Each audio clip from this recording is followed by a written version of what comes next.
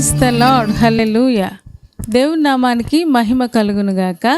నేటి దేవుని మాట అనే శీర్షిక కోసం వేచి ఉన్న మీ అందరికీ కూడా యేసయ్య శక్తి కలిగిన నామంలో మా వందనాలు తెలియజేస్తూ ఉన్నాం. బాగున్నారా? దేవుని మహాకృప, ఆయన మహా కనికరాన్ని బట్టి మరొక నూతనమైన దినాన్ని చూడడానికి దేవుడు మనకి కృప చూపించారు. ఆ గొప్ప దేవునికి మహిమ కలుగునుగాక. మరి ఈ కార్యక్రమం ప్రతిరోజు కూడా ఉదయం 6 గంటలకు ప్రారంభం అవుతుంది. కాబట్టి మీలో చాలామంది వచ్చేస్తూ ఉన్నారు, పెందలకడే వస్తూ ఉన్నారు, చాలా సంతోషం. ఇంకా రాని వారు ఎవరైనా ఉంటే ప్రతిరోజు ఉదయం 6 గంటలకు మన కార్యక్రమం వస్తూ ఉంటుంది. కాబట్టి అందరూ కూడా మీ ఫ్రెండ్స్కి చెప్పండి, మీతో పాటు మీ ఫ్రెండ్స్ కూడా దీవించబడేలాగా అందరికీ షేర్ చేయండి. సరేనా అండి? మరి ఈరోజు నేటి దేవుని మాట అనే శీర్షికలో దేవుడు మనకి ఇవ్వబోతున్న మాటను ఒక్కసారి మనం చూద్దాం. 84వ దావీదు కీర్తన 7వ వచనం చదువుతూ ఉన్నాను, మీరు కూడా ఒక్కసారి చూడండి. వారు నానాటికి బలాభివృద్ధి పొందుచు ప్రయాణము చేయుదురు, వారిలో ప్రతివాడును సియోనులో దేవుని సన్నిధిని కనబడను అని కోరహు కుమారులు ఒక మంచి కీర్తన రాస్తూ ఉన్నారు. దేవుని యొక్క ఆలయం గురించి, దేవుడు నివసించే నివాస స్థలాల గురించి వాళ్ళు చాలా చక్కగా వర్ణిస్తూ ఉన్నారు. దేవా, నీ నివాస స్థలాన్ని మేము ప్రేమిస్తూ ఉన్నాము. నీ నివాస స్థలములో ఉన్న పిచ్చుకలు లేక వానకోవెల, ఆ పక్షులు ఎంత ధన్యత చేసుకున్నాయో. మేము చాలా దూరంగా ఉన్నాం. ఆ రోజుల్లో ఎరుషలేములో ఉన్న దేవుని మందిరానికి వెళ్ళాలి అంటే చాలా ప్రయాణం చేయాల్సి వచ్చేది కదా. అందుకనే దేవుని యొక్క మందిరాన్ని తలంచుకుని వాళ్ళు చాలా ఆనందం పొందుతూ ఉన్నారు, సంతోషాన్ని అనుభవిస్తూ ఉన్నారు.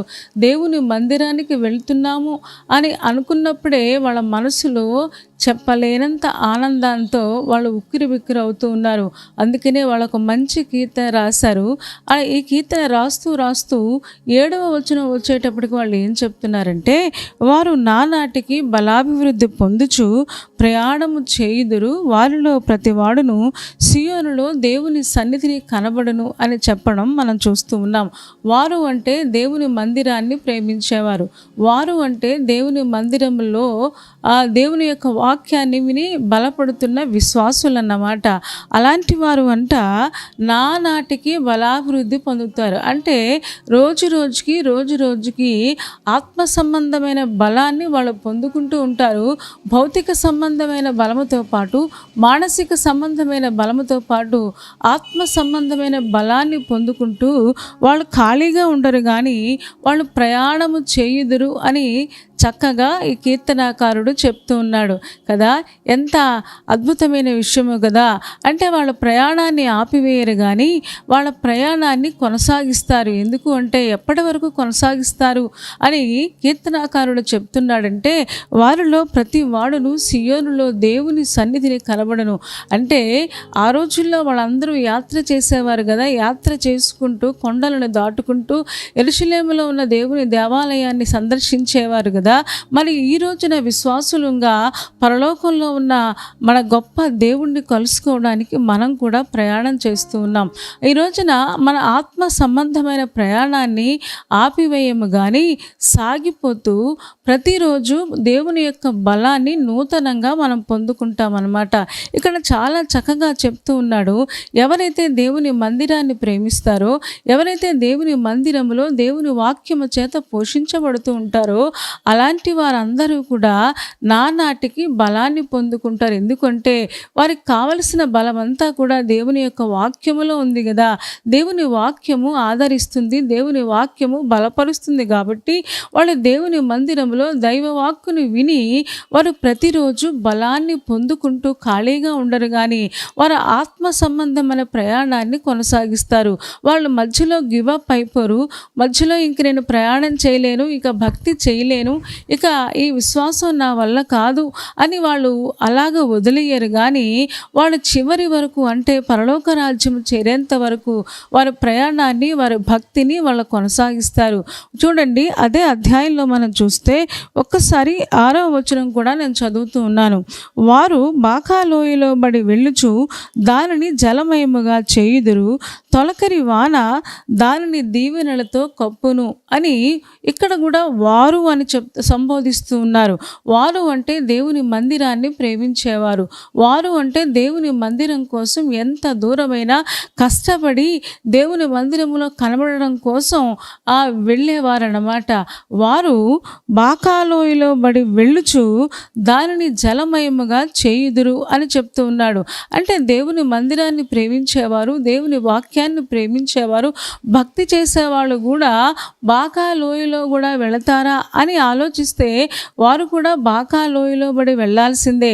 ఈ సంవత్సరం ఎలాంటి కొండలు ఉన్నాయో, ఎలాంటి లోయలు ఉన్నాయో, ఎలాంటి పర్వతాలు ఉన్నాయో, ఎలాంటి అబ్స్ట్రక్షన్స్ ఉన్నాయో మనకు తెలియదు. కానీ ఆ భగవంతుడికి అన్నీ తెలుసు గనుక, ఆయన భూత భవిష్యత్ కాలాల్లో ఉండే దేవుడు గనుక ఈ ప్రయాణ మార్గం అంతటిలో కూడా ప్రతి ఒక్క లోయ ఆయనకి తెలుసు, ప్రతి ఒక్క కొండ ఆయనకి తెలుసు. ఈ రోజున విశ్వాసులంగా మనం కూడా ప్రయాణం ప్రారంభించాం. ఇక్కడ చూడండి, వారు బాకా లోయలో బడి వెళుతూ దానిని జలమయముగా చేయుదురు అని చెప్తూ ఉన్నాడు. అంటే దేవుణ్ణి నమ్ముకున్నవారు, దేవుణ్ణి ఆరాధించేవారు, దేవుణ్ణి అమితంగా ఇష్టపడేవారు, దేవుని మందిరాన్ని ప్రేమించేవారికి కూడా బాకాలోయలో బడి వెళతారా అని ఆలోచిస్తే బాకాలోయలో బడి వెళ్ళాల్సిందే. ఏమంటే బాకాలోయ అంటే ఏడ్పు లోయ అంటారు కదా.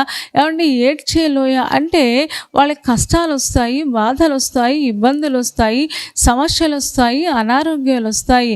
వారు కూడా బాకాలోయలో బడి అలా ఆగిపోరు. కానీ దుఃఖం వచ్చినప్పుడు, కష్టం వచ్చినప్పుడు వారు ప్రయాణాన్ని ఆపివేయరు. కానీ వారు బాకాలోయలో బడి వెళ్ళుచు అని మనం చెప్పుకుంటూ ఉన్నాం. అంటే వాళ్ళ ప్రయాణాన్ని ఆపివేయరు. అంటే ఈ లోక సంబంధమైన ఏ విధమైన శక్తి కూడా వాళ్ళ ఆత్మ సంబంధమైన ప్రయాణాన్ని లేక వారి భక్తిని ఆపివేయలేదు. కానీ వారు బాకాలోయలో ఉన్నా, దుఃఖంలో ఉన్నా, సంతోషంలో ఉన్నా, వేదనలో ఉన్నా, చుట్టూ ఉన్న పరిస్థితులు ఎలాగున్నా సరే వారు ప్రయాణం చేస్తూనే ఉంటారు అని చెబుతూ ఉన్నాడు కీర్తనాకారుడు. ఇంకేం చెప్తున్నారంటే దానిని జలమయముగా చేయుదురు అని చెప్తూ ఉన్నాడు. ఎందుకంటే దుఃఖంలో ఉన్నారు, సమస్యల్లో ఉన్న వారికి కన్నీళ్ళు వస్తాయి కదా. ఏమంటే కన్నీళ్ళ ప్రవాహంతో వాళ్ళు అలాగ ప్రయాణం చేస్తూనే ఉంటారు, కన్నీళ్లు కారుస్తారన్నమాట. ఈ రోజున వారే కాదు, ఈ రోజున ఎంతోమంది విశ్వాసులు ఇంకా వాళ్ళకున్న సమస్యలను బట్టి, వాళ్ళకున్న అనారోగ్యాలను బట్టి, వాళ్ళకున్న కష్టాలను బట్టి, వాళ్ళు ఎదుర్కొంటున్న ప్రతివేదన శోధనను బట్టి ప్రతిరోజు ఒకవేళ కన్నీళ్లతో మన పడక కొట్టుకొని పోవచ్చుందేమో నాకు తెలియదు. కానీ ఈ రోజున ఏ కన్నీటిలో మీరున్నారో, మీ పిల్లలు ఇంకా మారు మనసు పొందలేదని, లేకపోతే భార్య మారు మనసు పొందలేదని, భర్త మారు మనసు పొందలేదని, లేక బంధువులు ఇంకా దేవుణ్ణి నమ్ముకోలేదని ఎంతోమంది ప్రార్థనలో ఉంటూ దానిని జలమయంగా చేస్తూ ఉన్నారు. వాళ్ళు వెళుతున్న మార్గం అంతా కూడా వాళ్ళ కన్నీటితో తడిచిపోతూ ఉంది. ఎందుకంటే వాళ్ళు ఎన్నో సమస్యల మధ్యలో నలిగిపోతూ ఉన్నారు. ఆ రోజునున్న విశ్వాసులైన వీరు కూడా వారు బాకాలోయలో బడి వెళ్ళుచు ఏడ్పు లోయలో కూడా వాళ్ళు ప్రయాణాన్ని కొనసాగిస్తూ దానిని జలమయంగా చేస్తూ ఉన్నారంట. ఇంకా ఏమైనా చెప్తున్నాడంటే తొలకరి వాన దానిని దీవెనలతో కప్పును అని చెప్పడం మనం చూస్తూ ఉన్నాం. ఎప్పుడైతే వారు ఏడుస్తూ ప్రయాణం చేస్తూ ఉన్నారో దేవుడు కన్నీటిని గౌరవించేవాడు కదా. కన్నీటిని చూచి ఆయన దాటిపోయే దేవుడు ఎంత మాత్రము కాదు. హిజ్కియాతో అన్నాడు, హిజ్కియా నువ్వు కన్నీళ్ళు విడవడం నేను చూశాను, తప్పకుండా నీ మనవి నేను అంగీకరించి ఉన్నాను అని చెప్పి హిజ్కియా జీవితంలో దేవుడు అద్భుతమైన కార్యాన్ని జరిగించినట్లే ఈ రోజున మన కన్నీటిని కూడా దేవుడు గౌరవించే దేవుడు. మన కన్నీటికి కూడా దేవుడు దాని తొలకరి వాన దానిని దీవెనలతో కప్పును అని దేవుడు తొలకరి వానను మన కుటుంబాల మీద, మన బిడ్డల మీద దేవుడు దీవెనల వర్షాన్ని కుమ్మరిస్తాడు అనే మాట మనకు తెలియచేస్తున్నారు. ఈ రోజున ఎంతమంది కష్టాలలో ఉన్నారు, ఎంతమంది సమస్యల మధ్యలో నలిగిపోతూ ఉన్నారు, ఎంతమంది అనారోగ్యాలు కృంగదీస్తూ ఉన్నాయి. బెంగపడద్దు. వారు బాకాలోయలో బడి వెళ్ళుచూ కూడా వాళ్ళ ప్రయాణాన్ని ఆపకుండా కొనసాగిస్తారు. ఎందుకంటే వాళ్ళ పరిస్థితులు చూడరు కానీ తమ నడిపిస్తూ ఉన్న ఆ గొప్ప దేవుడి వైపు వాళ్ళు చూస్తూ సాగిపోతారన్నమాట. చూద్దామా ఒక్కసారి అపోస్తల కార్యములు 16వ అధ్యాయము 22-25 వచనం చదువుతున్నాను. మనకందరికీ తెలుసు, ఒక్కసారి దాన్ని మనం చూద్దాం. అపోస్తల కార్యములు 16వ అధ్యాయంలో 22వ వచనం నుంచి 25వ వచనం వరకు నేను చదువుతూ ఉన్నాను. అప్పుడు జన సమూహము వారి మీదకు దొమ్మిగా వచ్చెను. న్యాయాధిపతులను వారి వస్త్రములు లాగివేసి వారిని బెత్తములతో కొట్టవలనని ఆజ్ఞాపించిరి. వారు చాలా దెబ్బలు కొట్టి వారిని చెరసాలలో వేసి భద్రముగా కనిపెట్టవలనని చెరసాల నాయకునికి ఆజ్ఞాపించిరి. అతడు అట్టి ఆజ్ఞను పొంది వారిని లోపలి చెరసాలలోనికి త్రోసి వారి కాళ్లకు బొండ వేసి బిగించెను. అయితే మధ్యరాత్రి వేళ పౌలును సీలయు దేవునికి ప్రార్థించుచు కీర్తనలు పాడుచుండిరి, ఖైదీలు వినుచుండిరి. చాలాసార్లు ఈ వాక్య భాగాన్ని మనం చదివాం. వారు బాకాలోయలో బడి వెళ్ళుచు దానిని జలమయముగా చేయుదురు, తొలకరి వాన దానిని దీవెనలతో కప్పును అని చెప్తూ వారు నానాటికి బలాభివృద్ధి పొందుచు చక్కగా ప్రతి వాళ్ళు కూడా సియోనులో దేవుని సన్నిధిని కనబడతారని కదా మనం చదువుకున్నాం. ఇక్కడ సిట్యుయేషన్ చూస్తూ ఉంటే పౌలు శీల దేవుని యొక్క వాక్యాన్ని ప్రకటించినందుకు, అలాగే ఒక దెయ్యం పట్టిన అమ్మాయిని బాగు చేసినందుకు ప్రతిఫలంగా ఆ ప్రాంతంలో ఉన్న వాళ్ళందరూ పౌలును శీలను ఇద్దరిని కలిపి ఆ చివరి వరకు గ్రామంలో చివరి వరకు వాడిని ఈడ్చుకొని వెళ్ళిపోయి వాళ్ళ జైలులో పెట్టినట్లుగా, చెరసాలలో వేసినట్లుగా, త్రోసి వేసినట్లుగా, ఒకటి తక్కువ 40 దెబ్బలు కొట్టినట్లుగా మనం చదువుకున్నాం. కానీ అంత బాధలో కూడా, అంత శ్రమలో కూడా, అంత వేదనలో కూడా వారు చక్కగా పాటలు పాడుతున్నారంట, ఖైదీలు వింటున్నారంట, వాళ్ళు కీర్తనలు పాడుతూ ఉన్నారు, అలాగే ప్రార్థనలు చేస్తూ ఉన్నారు. ఇదంతా కూడా ఖైదీలు వింటూ ఉన్నారు. ఒకవేళ ఖైదీలు ఇలాగ ఆలోచించి ఉండొచ్చు, ఏంటి వీళ్ళ సంతోషానికి కారణం ఏంటి, వీళ్ళు ఇన్ని దెబ్బలు గుట్టారు కదా, వీళ్ళు ఎంత చావబాదారు కదా, ఇంత బొండలు వేసి బిగించారు కదా, మనమేమో తప్పు చేసి ఈ లోపలికి వచ్చి మనమేమో కుమిలిపోతూ ఉంటే, కృంగిపోతూ నిరాశలోకి వెళ్ళిపోతే వీళ్ళేంటి పాటలు పాడుతున్నారని ఒకవేళ ఆశ్చర్యంగా అందరూ వింటూ ఉన్నారేమో మనకు తెలీదు. చూడండి, అక్కడ రాయబడిన మాట, వాళ్ళేమో కీర్తనలు పాడుతున్నారంట, ప్రార్థనలు చేస్తున్నారంట, ఏమండి ఖైదీలేమో వింటూ ఉన్నారంట. ఎప్పుడు గొప్ప అద్భుతం జరిగినట్టుగా మనం చూస్తాం. నేను అనుకుంటాను, తొలకరి వాన దానిని దీవెనలతో కప్పును అని మనం చదువుకున్నాం కదా. వారు బాకాలోయలో పడి వెళ్ళుచు దానిని జలమయముగా చేయుదురు అని చెప్తున్నాడు. ఆ దెబ్బలకి వాళ్ళకు కూడా కళ్ళమట నీళ్లు వచ్చుంటాయి, వారు కూడా ఏడ్చి ఉంటారు, వారు కూడా బాధపడి ఉంటారు. కానీ అవేమీ కూడా మనసు లోపలికి తీసుకోకుండా, దేవుణ్ణి నిందించకుండా, లేక తమను తాము నిందించుకోకుండా వాళ్ళు చక్కగా పాటలు పాడగలుగుతూ ఉన్నారు. ఏమండి, అందుకనే వారు నానాటికి బలాభివృద్ధి పొందుచు ప్రయాణం చేస్తూ ఉన్నారు. ఏమండి, వాళ్ళ ప్రయాణాన్ని దెబ్బలు ఆపివేయలేదు. వాళ్ళ యొక్క సువార్తను, లోక సంబంధమైన ఏ శక్తి కూడా చెరసాల ఆపివేయలేదు, ఏ సమస్య కూడా వాళ్ళ భక్తిని ఆపివేయలేదు. కానీ వాళ్ళు చక్కగా పాటలు పాడుకుంటూ ముందుకు వెళుతూ ఉన్నారు. అక్కడ అద్భుతం జరిగింది నేను అనుకుంటాను. తొలకరి వాన దానిని దీవెనలతో కప్పును అన్నట్టుగా, ఏమండి, చెరసాల పునాదులు అదిరిని అంట. దేవాది దేవుడే, పరలోక సైన్య సమూహము యేసు ప్రభు పుట్టినప్పుడు ఎలాగైతే దిగి వచ్చిందో నేను అనుకుంటాను, ఆ రోజున కూడా అలాగే జరిగిందేమో.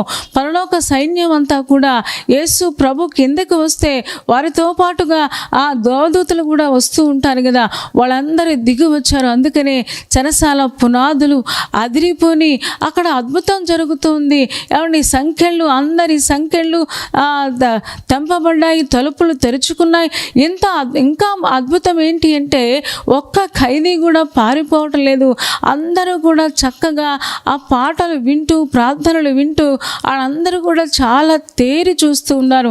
ఇంత అద్భుతం జరుగుతూ ఉంటే అక్కడ చెరసాల నాయకుడు మారు మనసు పొందినట్లుగా, వాళ్ళ కుటుంబం అంతా ఆ రాత్రిలోనే బాప్తిసం తీసుకున్నట్లుగా, ఏ చేత్తో అయితే కొట్టాడో ఆ చేత్తోనే పౌలు శీల యొక్క గాయాలు కడిగినట్లుగా మనం చూస్తూ ఉన్నాం. వారు నానాటికి బలాభివృద్ధి పొందుచు ప్రయాణము చేయుదురు.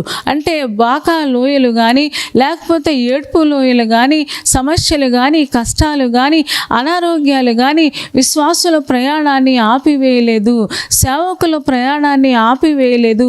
వారు నానాటికి బలాన్ని పొందుకుంటారు. వీళ్ళ బలం ఏంటి? పౌలు గారు, శీల గారు వాళ్ళకున్న బలం ఏంటి అంటే, వాళ్ళ బలము యెహోవా నా బలమా, నేను నిన్ను ప్రేమిస్తూ ఉన్నానని కీర్తనాకారుడు చెప్పినట్లుగా వాళ్ళ బలమంతా దేవుడే. వాళ్ళ బలమంతా దేవుని యొక్క వాక్యమే తప్ప ఇంకా వేరే బలం లేదు. వాళ్ళు అప్పుడు చాలా బలహీనంగా ఉన్నారు, వాళ్ళు చాలా దెబ్బలు కొట్టి ఉన్నారు, ఎవరి రక్తం అంతా స్రవించి ఉంటుంది, చాలా నీరసమైపోయి ఉంటారు. కానీ శరీరం నీరసమైంది కానీ వాళ్ళ ఆత్మలో చాలా బలంగా ఉండి పాటలు పాడుతూ వాళ్ళ ప్రయాణాన్ని కొనసాగిస్తూ ఉన్నారు. వారు నానాటికి బలాభివృద్ధి పొందుచు, అంటే బాకాలోయ ఎదురొచ్చినా సరే, సమస్యలు ఎదురొచ్చినా సరే, అనారోగ్యాలు వచ్చినా సరే, వాళ్ళు ప్రార్థించింది ఒకవేళ దేవుడు చేసినా చెయ్యకపోయినా వారు మాత్రము దేవుని మీద నమ్మకం ఉంచి, దేవుని మీద అచంచలమైన విశ్వాసముతో వారు ప్రయాణాన్ని కొనసాగిస్తారన్నమాట. ఈ రోజున విశ్వాసులుగా మన ప్రయాణాన్ని కొనసాగిస్తూ ఉన్నామా లేక ఆపివేశామా? ఈ రోజున దేవుడు మనల్ని కోరుకుంటూ ఉన్నాడు, మనం కూడా ఆత్మ సంబంధమైన ఈ ప్రయాణాన్ని ఆపివేయద్దు. దేవుణ్ణి ప్రేమించేవారు, దేవుని మందిరాన్ని ప్రేమించేవారు, దేవుని వాక్యాన్ని ప్రేమించే వారికి కూడా కష్టాలు వస్తాయి, బాధలు వస్తాయి, శ్రమలు వస్తాయి. కానీ వాటన్నిటి మధ్యలో మన ముందున్న సేవకులు లేకపోతే మన ముందున్న పితరులు ఎలాగైతే చక్కగా నానాటికి బలాన్ని పొందుకుంటూ వెళ్ళారో, ఈ రోజున మనం కూడా బలాన్ని పొందుకుంటూ మన ప్రయాణాన్ని ఆపివేయకుండా చివరి వరకు మనం తిరిగి సియోనులో దేవుని సన్నిధిని కనబడేంత వరకు కూడా మన ప్రయాణాన్ని కొనసాగించవలసిన వారమై ఉన్నాము అని దేవుడు ఈ రోజున మనతో మాట్లాడుతూ ఉన్నాడు. ఈ రోజున ఎంత మంచి దేవుణ్ణి మనం కలిగి ఉన్నాము కదా. ఏమండి, బాకా లోయలో కూడా పౌలు శీలలు ఎలాగైతే అద్భుతమైన కార్యాన్ని వాళ్ళు ప్రార్థిస్తూ అలాగే పాటలు పాడుతూ దేవుని యొక్క అచంచలమైన అద్భుతమైన కార్యాలను వారు చూశారో, ఈ రోజున తొలకరి వాన మన కుటుంబాలలో కురవాలి, మన సంఘాల మీద కురవాలి. మన యొక్క విశ్వాస జీవితంలో మనం ఇంకా ముందుకు సాగాలి అంటే తప్పకుండా మన ప్రయాణాన్ని ఆపకుండా ఆత్మ సంబంధమైన బలాన్ని, అండ్ ఆ బలం ఎలాగొస్తుంది అంటే ప్రార్థిస్తూ ఉంటే బలం వస్తుంది. అంత మాత్రమే కాదు, దేవుని యొక్క వాక్యాన్ని చదువుతూ ఉంటే బలం వస్తుంది. ఏమండి, వాళ్ళు పాటలు పాడుతూ ఉన్నారు, దేవుని యొక్క పాటలు పాడుతూ ఉంటే వాక్యమే పాటల్లో ఉంటుంది కదా. ఆ పాటలు పాడుతూ ఉంటే మనసంతటికి కూడా దేవుడు ఎంతో బలాన్ని చేకూరుస్తాడు.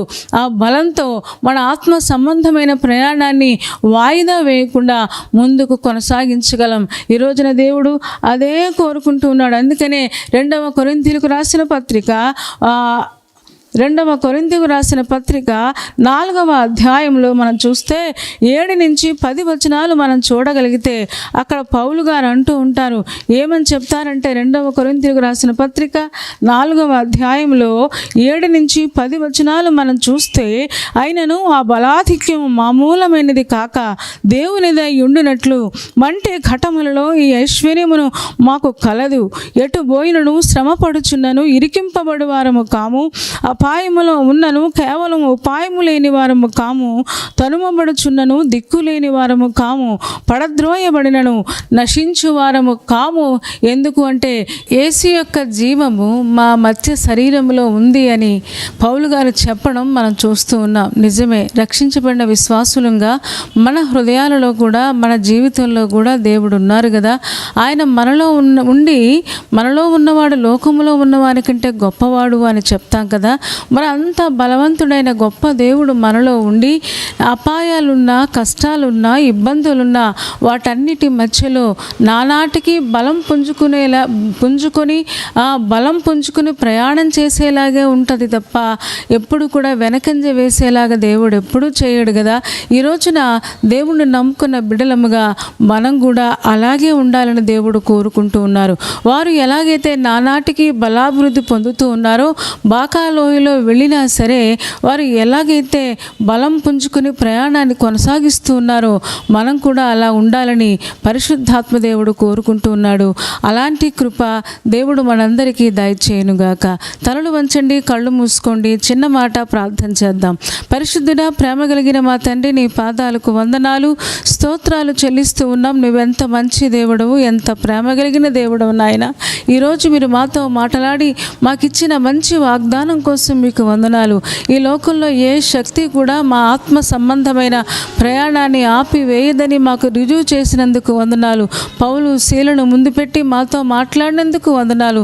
మేము కూడా పరిస్థితులను చూడకుండా, సమస్యలను చూడకుండా దేవా, బాకా లోయలున్న వాటన్నిటి మధ్యలో నీవేపు చూస్తూ సాగిపోవడం మాకు నేర్పించమని ప్రార్థిస్తూ ఉన్నాం. నీ కృపకు అప్పగించుకుంటూ తొలకరి వాన ప్రతి కుటుంబం మీద అపరిమితంగా కుమ్మరించుము. అద్భుతమైన దీవెనలతో నాయన ఒక్కొక్కరి జీవితంలో గొప్ప కార్యాలు మీరు జరిగించుము. ఎంతమంది ఎగ్జామ్స్ రాస్తూ ఉన్నారు, ఇంటర్వ్యూకి వెళుతూ ఉన్నారో వారికి సహాయం చేయండి. పెళ్లి రోజు, పుట్టినరోజు జరుపుకుంటున్న వారికి నిండారులుగా దీవించుము. బలహీనంగా ఉన్న వారిని ముట్టి స్వస్థపరచండి. యేసయ్య నామంలో ప్రార్థించి వేడుకొనుచున్నాము తండ్రి. ఆమేన్. ఆమెను చెప్పారు కదా అందరూ. చాలా సంతోషం. చాలా ఓపికగా, శ్రద్ధగా దేవుని యొక్క వాక్యాన్ని మీరు వింటూ ఉన్నారు. మిమ్మల్ని బట్టి మేము చాలా సంతోషిస్తూ ఉన్నాం. కార్యక్రమం మీకు నచ్చితే లైక్ చేయండి, షేర్ చేయండి, కామెంట్ కూడా పెట్టండి. ఇంకా ఈ ఛానల్ని సబ్స్క్రైబ్ చేసుకోకపోతే డాక్టర్ స్పర్జన్ యూట్యూబ్ ఛానల్ని సబ్స్క్రైబ్ చేసుకోండి. మరి రేపటి ఉదయం దేవుని చిత్తమైతే మరలా రేపు ఉదయం 6 గంటలకు మనందరం కలుసుకుందాం. అప్పటి వరకు దేవుని మహాకృప మనందరికీ తోడే ఉండునుగాక. Amen, amen, amen.